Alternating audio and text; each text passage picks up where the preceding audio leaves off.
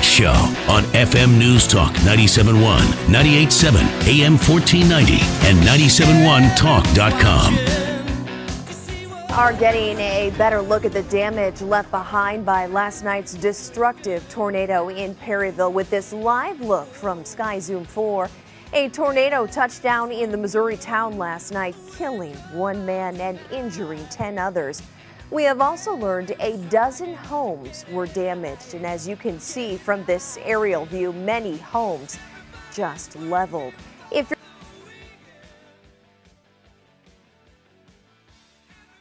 That was a report from Channel 4 News there. My friend Claire reporting on the tornadoes, the tornado, I should say, the touchdown near Perryville, just down south on I-55 from us there. At least one person dead, but we're starting to hear that there may be a lot more damage than originally thought. And that's why not only do our thoughts and prayers go out to these folks down in Perryville, but, of course, we also want to provide any level of support that we may be able to for them.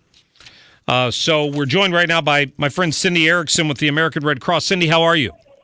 Hey, Mark, I'm doing just fine, and it's an incredible day down here in Perryville, Missouri. Well, I bet it is. Now, you just took part in an assessment meeting. What did they tell you in there about the damage? Right, and we're so search and rescue is the first group, obviously, that goes in, and our priority is to make sure everybody is safe. And as you mentioned, we did have the one fatality, sadly, and they were able to rescue a couple people that were trapped in their home, and it's about the tornado. The assessment thus far is it covered about a 13-mile square area, and so this afternoon there will be several teams that will be walking in those neighborhoods to really assess the damage on each of the homes. So you think how many homes total had damage of some sort? You know, at this point, from the initial view and calculation, we probably have anywhere from 100 homes that have been impacted. We could have many more. We just don't know that until we really can get in and visually see everything. Search and rescue was happening, during the night, and so hard to see. And so really this afternoon is going to be that opportunity to have a much better idea of the impact. So what is the Red Cross going to be able to do for these folks?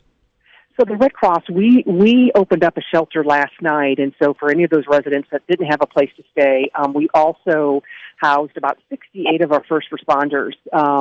Just incredible community support from the neighboring towns coming in to help. So we took care of those first responders today. Just making sure that all the families have a safe place to stay. Once we do the disaster assessment, then we'll be able to start, talking with each of the families as far as what their needs might be, working with the other wonderful organizations that are here in Perryville as well, Catholic Charities, St. Vincent de Paul. They all have just come out to really support each other. So tell me, how can our listeners help? So there definitely is going to be continual need, and so you can make a donation to the Red Cross by either calling 1-800-RED-CROSS, go to our website at www.redcross.org, or you can text to give at Red Cross at 90999 to make a $10 donation. So all you have to do is text the words Red Cross to 90999. That's good. Correct, and that's a $10 donation. And that's 1-800-RED-CROSS is the phone number if somebody wants to call. Mm-hmm, correct. Okay, good.